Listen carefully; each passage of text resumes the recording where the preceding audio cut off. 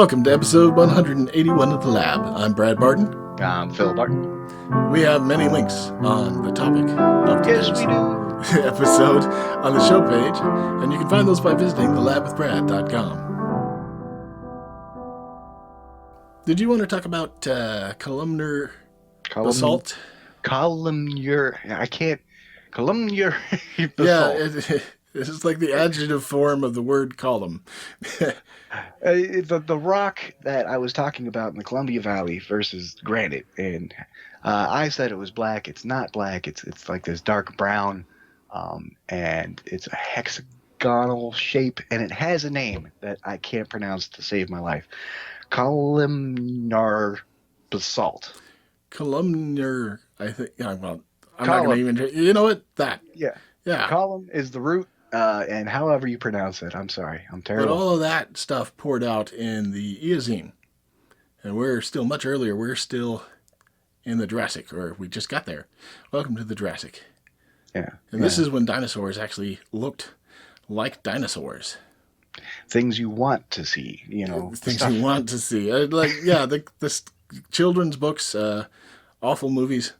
You know. Yes. The Jurassic started 200 million years ago and lasted until 145 million years ago. That's about 56 million years. You know, I look at these numbers, these stats. Sometimes they don't add up. I didn't bother to check here, but, you know, like a few years, one direction or another. Yeah. I mean, where do you really draw the line when you're talking about millions of years? Right here. Right. Right at a nice round number that's easy to remember and say. See this line of silt in this rock wall? Yeah, right there.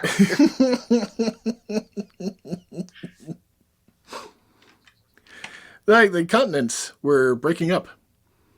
They had been all nestled together, and by the end of the Jurassic, there were oceans in the way. They didn't.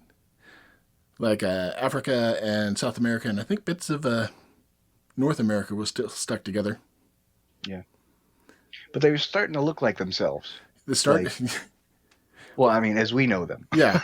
It's nice to look like yourself. India is still had a long way to go before it smashes into, what do you call that? Eurasia. Yeah, and Madagascar was still attached to it. Yeah. Anyway, once you got all these continents subdivided, a bunch of different dinosaur lines sort of evolved independently. And a lot of them ended up looking the same anyway. I mean, we're going to make a big lizard. Yeah. Here's your basic like form. The sauropods, right? The Diplodocus, the Brontosaurus. Brontosaurus apparently is a dinosaur, yet again. They brought it back. There's still hope for Pluto. Yeah. I mean, I saw a picture of the universe, and they had Pluto off to the side, and it was crying. Yeah, I'm not a planet anymore. There's hope. They took away the Brontosaurus, and they brought it back. Which happened a long time ago, comparatively speaking. It was like 2012, and everybody had an article, hey, the Brontosaurus is a thing again. In the 1990s, they decided that the Brontosaurus wasn't a real dinosaur. These dinosaurs, they had 4 feet, 4 long pillar-like feet, and a big arching back and very long necks. Some of them could get 30 to 50 feet long just in the neck. And then a long counterbalancing tail. And they could be as high as 50 feet at the shoulder. And weigh tons. They were, and the largest ones actually got as long as a blue whale. Some of them were longer than blue whales. Not bigger. The upper range of weight estimations sort of overlaps the lower average blue whale adult weight. Okay. So we're talking around 70, 80 tons. That's a big critter. I mean, but there's problems involved when they've never picked up an entire blue whale and weighed the thing. They have to cut it up into pieces.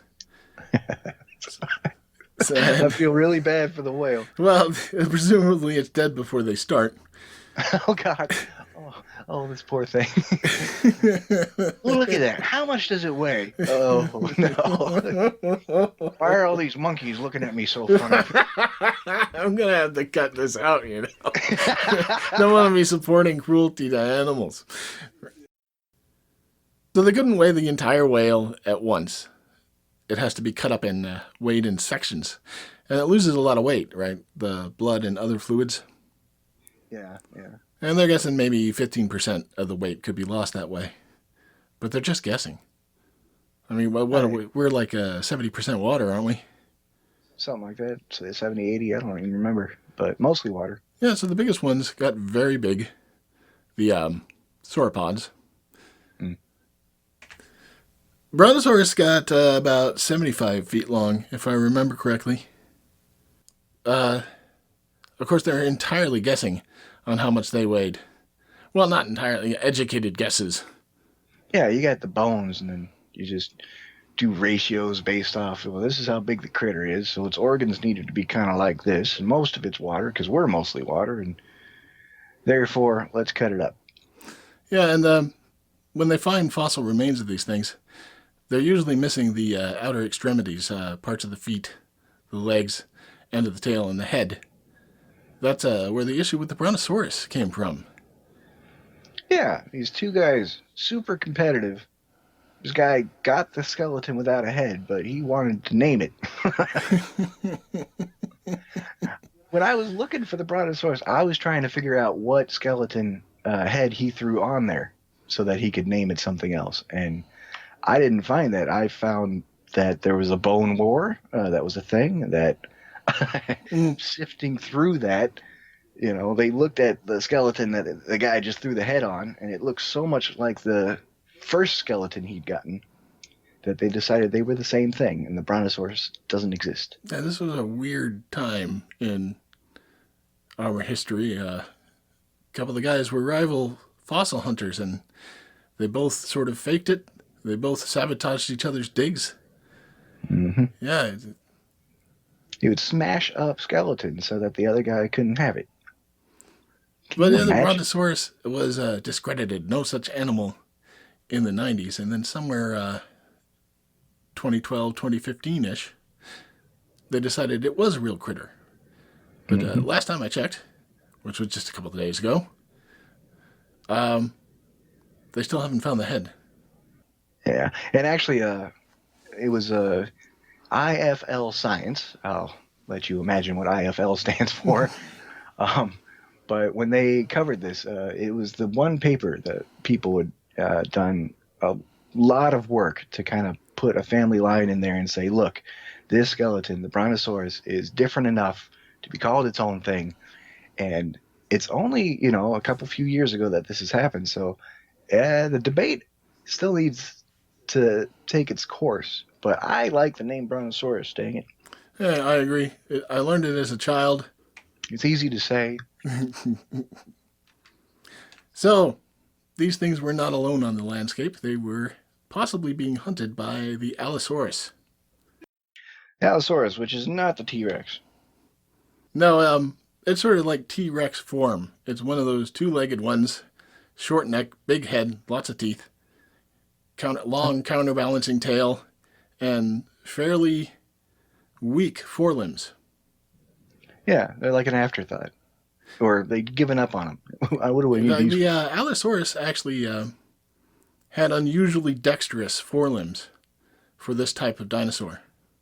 And they have found feeding and hunting marks on Stegosaurus remains that match these things. Oh. And Stegosaurus, they were the ones that had a couple of rows of sort of triangular-shaped pokey bits. Big hunks of bone plating for no reason.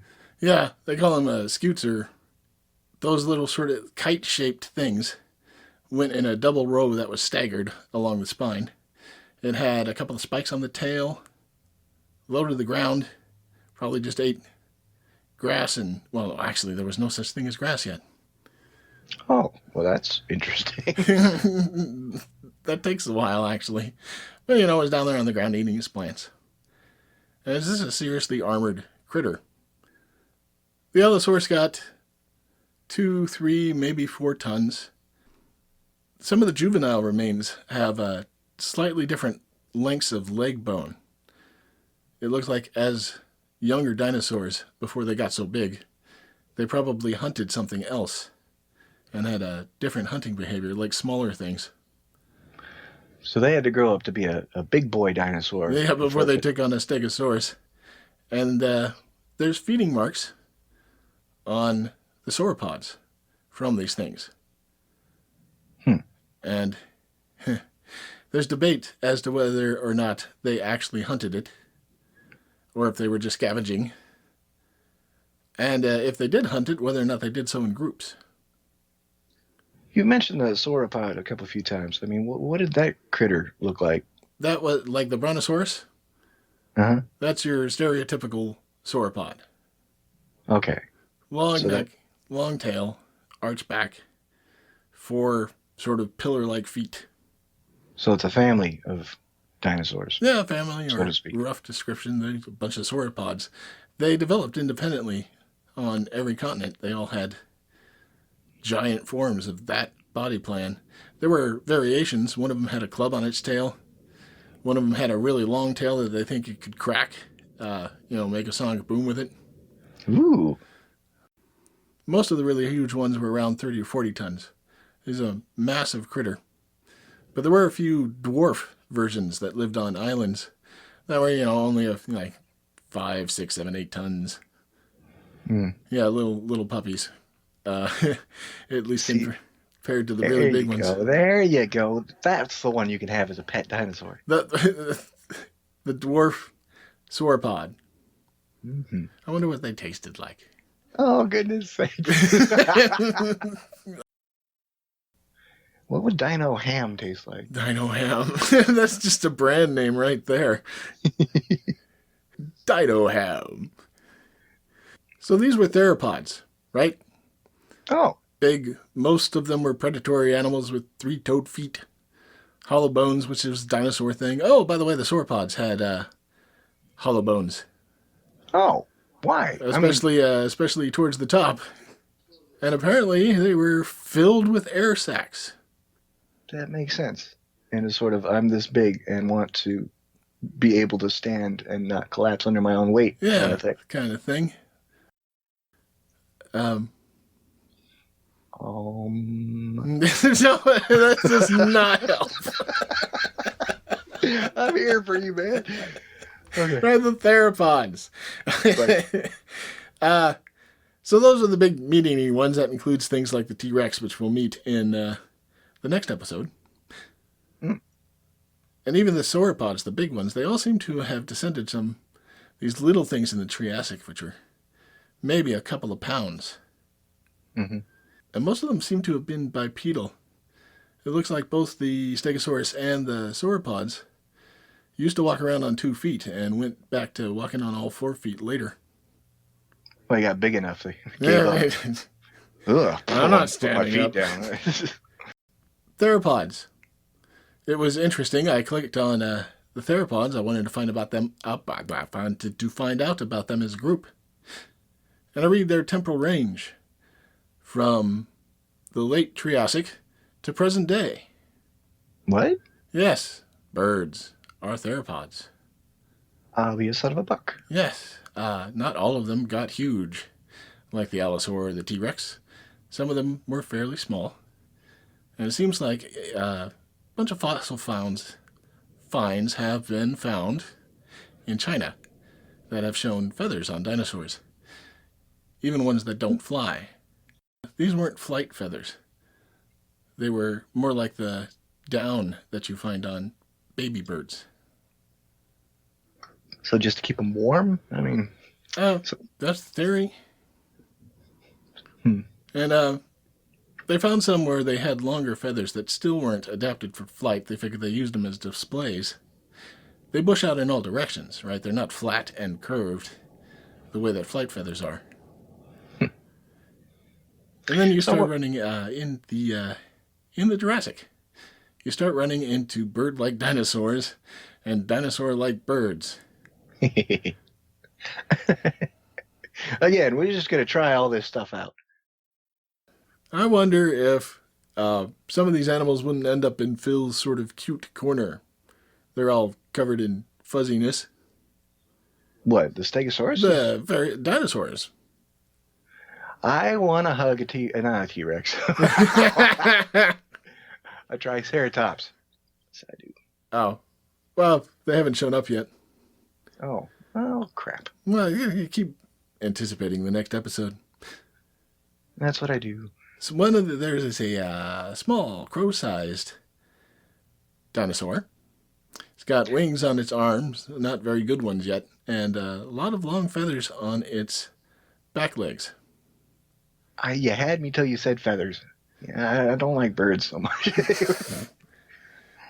I mean, it's small. One of the requisites for being cute is being small. Oh, I thought we were past the cute corner. What? Oh. You brought it up.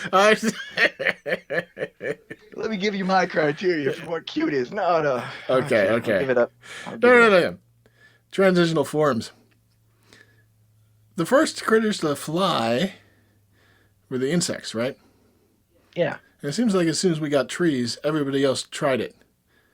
It's not hard to see how some small animal that jumps around in a forest might develop into a flying one, right? I want to make longer and more controlled jumps until eventually, hey, I'm flying. And how did that happen? Yeah. Works for me. I'm off. Yeah. If the insects got to flight much earlier, I mean, what was their trick? They didn't have a forest to jump around in. So yeah, I'm looking forward to the next episode because we hit a lot of the things. Some of the things that are actually on the list of clever critters. I mean, what we're doing is trying to see how intelligence evolved with many side trips. Yeah. But you can't find intelligence in the Jurassic as of yet. Well, how would you even tell? I mean, what does a clever dinosaur do that we could notice in the fossil record? So I've been wondering about this, right? It's a ratio of brain to body mass or something like that. Yeah, except right? We just recently, I think around, it was after 2000 anyway, and I think the first time I heard about it was in 2010, just recently learned how to count neurons in brains. And we're finding that neurons come in all shapes and sizes, and some of them are very small. And things like crows are turning out to have enough neurons to be close to that of the higher apes, just squeezed into a much smaller volume. Ooh, so that, I've seen papers with titles like "Neuron count does not correlate to body size," and "Neuron count does not correlate to brain size." So we could have super concentrated dino brains. Yeah, we could. Huh. So the T-Rex. So the T-Rex was a genius. Yes, I've decided. Put a graduation. What do you call that thing? The thesaurus, the wordiest of dinosaurs. And some of the dinosaurs, some of the critters on the intelligent critter list. I can say this sentence. Are some of the colonial insects, right? They're not that smart, but they're the smartest of the insects. One group, the termites, they show up in the fossil record in the Cretaceous. That hasn't happened yet. But in the Jurassic were some mammals that look like they were specialized to break into termite mounds. Starting to get that whole smarter, not big, and what go with this brains over brawn. Brains over brawn. I wouldn't think he was all that smart. It's kind of like an armadillo-ish critter. I have the name for it. How am I going to pronounce this? Blank, blank, blank. I should go to where my notes actually tell me something. What is happening? This is the first time I've been tempted to leave Jaws talking on the recording. Land. Fruitificer. Fruitificer. Say that again. I'll try. Give me a moment. Faster. Not faster, slower. Slower. Fruitificer. Fruitificer. Fruidis. Yeah, that thing. Oh, I'm failing. Yeah. As the mammals were there in their little niches. We actually have mammals. Mammals? Again, from China, they're, actual mammals. I mean, Hey. it's difficult to tell how or whether they nurse their young because we're not getting soft tissue. Oh, that's true. But Yeah. there's hints in the skeleton. I don't know. Mostly the teeth and the jaws. Looks like a mammal. And for a lot of these things, that's the most common fossil of this time period about mammals is their teeth. Why do the teeth survive so well? Well, because teeth are hard and they're covered in enamel and don't rot very quickly. I shouldn't complain. At least we have teeth. At least we have teeth. Yeah, because they're otherwise very small critters, and a lot of them probably had lifestyles that didn't put them in like the like rivers and deltas and shorelines and places where sediment would cover them up over and over again. Sometimes we get lucky, and there's like a nice series of eruptions to cover them in layers of ash for us. We like eruptions. Oh, yes. As bone hunters, you bet. Not that we're bone hunters, huh? Let's be clear. We're not. No. I can't think. I mean, I found a Yeah, I know. beside the river once, and it was fascinating. I never did figure out what it was, and probably never will. Oh, well. Yeah, see? That's... Right, I ran into this thing, and put a link to it on the show page, about fossil finds with the early mammals. And the view was that they were tiny insect hunters. But, Makes sense. yeah, and turns out there were more niches they were exploiting than had previously been thought. They saw more types and went, oh, look, they did more things. There was one that was looked kind of like a beaver with a flattened tail, but its mouth looks like it was a fish hunter. It didn't have those big buck teeth for eating wood. Not that beavers actually eat wood, but, they chew through it to make their dams and so forth. And there's another one. It was they described it as wolf size, and you dig into the article, you find it's like 2-3 feet long, maybe 4. Okay. But they found stomach contents of dinosaurs. Neat. Yes, they were probably preying on the young. That's the supposition. Yeah, there's a limit to egg size, so even these huge beasties had to come out of an egg that couldn't get much bigger than an ostrich egg. Right, so hopefully we won't have to come back and correct too much stuff, and this will just be the only episode on the Jurassic, and we can get to the Cretaceous, which will happen next time. See you then. Bye.